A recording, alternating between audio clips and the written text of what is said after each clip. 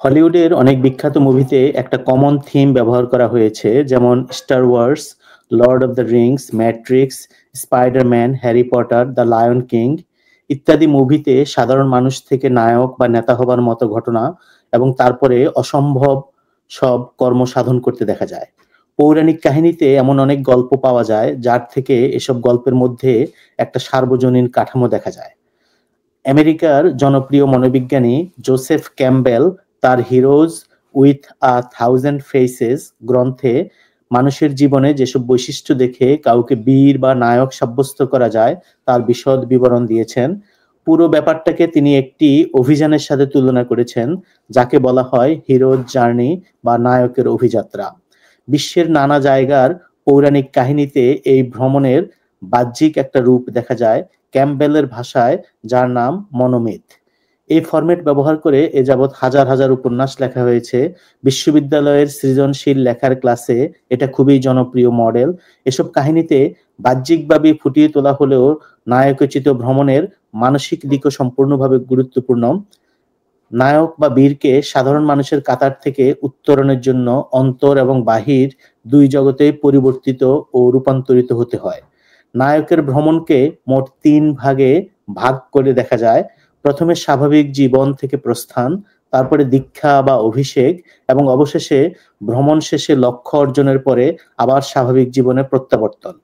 প্রত্যেকটা ভাগ আবার ছোট ছোট অনেকগুলো অংশে বিভক্ত। কোনো কাহিনীতে নায়কের যাত্রা কাহিনীর সবগুলো অংশ থাকবে এমন কোনো কথা নেই, তবে তারা মোটামুটি একটা গাইডলাইন মেনে চলে। নায়কের ভ্রমণকে অনেকগুলি ভাগে ভাগ করা যায়, যেগুলি নিম্নোক্ত, যেমন অভিযানের ডাক, ডাকে অস্বীকার, গুরুর সাথে সাক্ষাৎ, জানা জগতের সীমা অতিক্রম, অজানা জগতে নতুন জন্ম, দীক্ষা বা অভিষেক, পরীক্ষা, মায়ের সাথে দেখা, মোহিনী নারীর প্রলোভন, বাবার সাথে শান্তি প্রতিষ্ঠা, মহিমান্বিত ভ্রমণের শুরু, চূড়ান্ত উপহার, প্রত্যাবর্তন, ফিরতে না চাওয়া, জাদুকরী শূন্যে ভ্রমণ, পুনরুদ্ধার এবং ফিরতি পথে সীমা অতিক্রম করা। প্রথমেই অভিযানের ডাক। শুরুতে নায়ক আর 10টা সাধারণ মানুষের মতোই থাকে, খায় দায় ঘুমায়, নিজের কাজ করে, মেন্দামারা জীবন। তারপরে কোনো এক সময় সে নিজের অন্তরে বীরত্বব্যঞ্জক কোনো কিছু করার সাড়া পায়। আবার খুব স্বাভাবিকভাবে দৈনন্দিন জীবনের কোনো পর্যবেক্ষণ থেকেও সাধারণ কোনো মানুষ নায়কোচিত সাড়া দিতে পারে।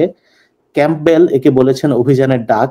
যেমন ক্যাম্পবেলের অন্যতম সাগরেদ জর্জ লুকাসের করা স্টার ওয়ার্স মুভিতে বেন কেনবি লুককে তার অতীত পরিচয় জানিয়ে তাকে লিয়ার ডাকে সাড়া দিয়ে সাম্রাজ্য পতনে সাহায্য করতে বলে। হবিট মুভিতে গ্যান্ডালফ বিলবোর দরজায় টোকা মারে এবং বামনেরা সবাই তার বাসায় ঢুকে পড়ে। বিলবোর জন্য অভিযানের ডাক আসে। ডাকের পরে আসে ডাক অস্বীকার করা। ডাক পাবার পরে যেটা হয়, বেশিরভাগ ক্ষেত্রে নায়ক ডাকে সাড়া দিতে চায় না। এক্ষেত্রে স্বাভাবিক জীবন ছেড়ে অনিশ্চিত জীবন, অজানা অচেনা জগতের ভয় কাজ করে। তাছাড়া এর জন্য পরিশ্রমের দরকার আছে।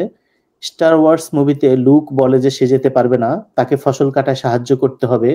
ম্যাট্রিক্সে নিও ট্রিনিটিকে বিশ্বাস না করে নিজেকে এজেন্ট স্মিথের কাছে সমর্পণ করে।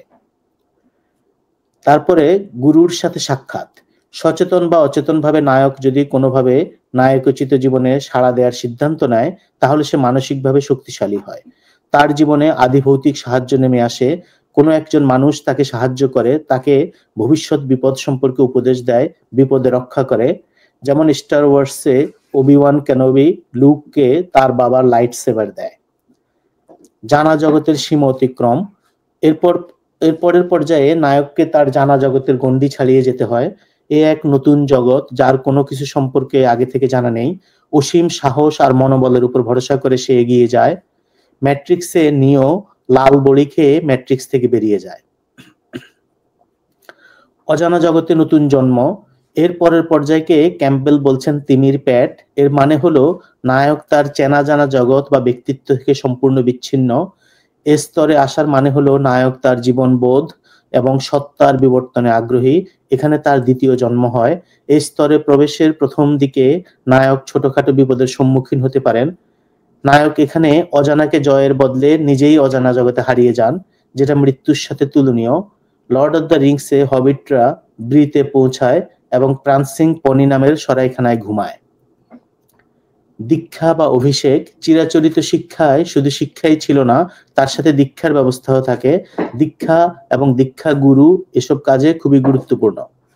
পরীক্ষা, এরপরে নায়কের রূপান্তরের জন্য তাকে নানা ধরনের পরীক্ষার মধ্য দিয়ে যেতে হয়।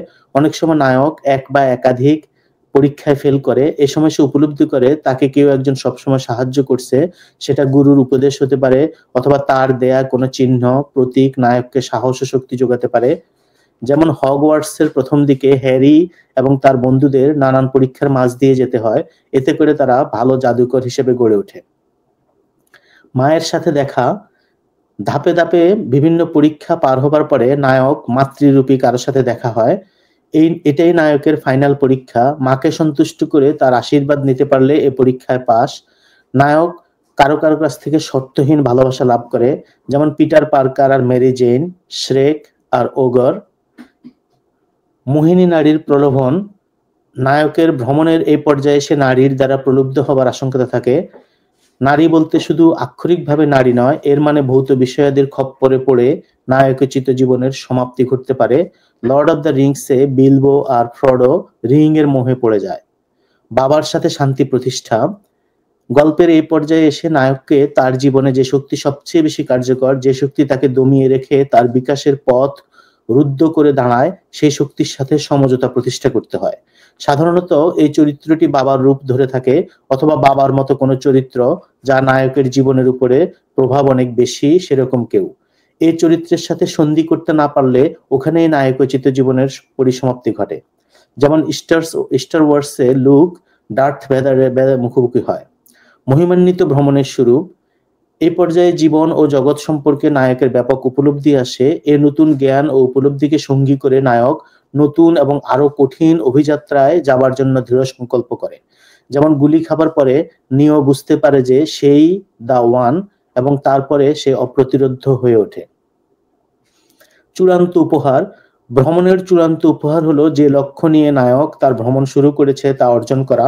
আগের সব ধাপ ছিল এই অর্জনের প্রস্তুতি স্বরূপ। পৌরাণিক কাহিনীতে নায়কদের সাধারণত লক্ষ্য থাকে অমৃত, পরশ পাথর বা হোলি গ্রেইলের সন্ধান করা। যেমন স্টার ওয়ার্সে লুক ডেথ স্টারকে ধ্বংস করে, রিংসে ওয়ান রিং পর্বতের গহ্বরে পড়ে যায়। প্রত্যাবর্তন, জাদুতে যেমন কাউকে অদৃশ্য করে দিলেই কাজ শেষ হয় না, তাকে আবার ফেরত আনার মধ্য দিয়েই জাদুকরের কৃতিত্ব বা প্রেস্টিজ।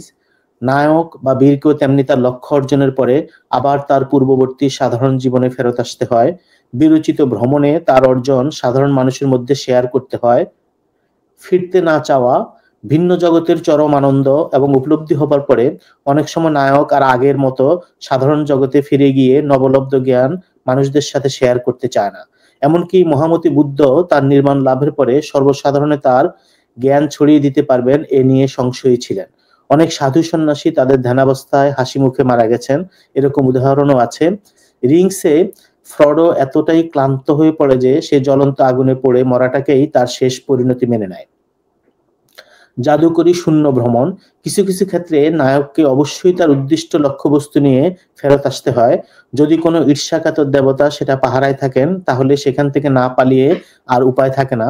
ফেরার পথে সবসময় রোমাঞ্চকর এবং বিপজ্জনক। যেমন ডেথ স্টার ধ্বংস করার পরেও লুককে না মরে সেখান থেকে পালিয়ে যেতে হয়। পুনরুদ্ধার, অভিযানে বেরোবার সময় যেমন অভিভাবকের দরকার পড়ে, তেমনি অনেক সময় নায়ক তার অভিযান থেকে সাধারণ জীবনে ফেরত আসার পরেও তার সাহায্যের প্রয়োজন পড়ে। বিশেষ করে অভিযানের সময় নায়ক বা বীর যদি কোনো ধরনের আঘাত পেয়ে থাকে অথবা শারীরিক দুর্বলতা থেকে থাকে। যেমন ঈগল উড়ে এসে ফ্রডো এবং স্যামকে রক্ষা করে। ফিরতি পথে সীমা অতিক্রম করা, সীমা অতিক্রমের সময় মূল লক্ষ্য হলো প্রজ্ঞা ধরে রাখা, নতুন সেই প্রজ্ঞাকে জীবনের সাথে মিশানো এবং অন্যদের সাথে সেটা শেয়ার করা। এর ফলে নায়ক দুই জগতের উপরেই দক্ষতা লাভ করে। তার অভিজ্ঞতা, প্রজ্ঞা এবং দক্ষতার কারণে সে স্বাধীনভাবে বীরের মতো বাঁচে।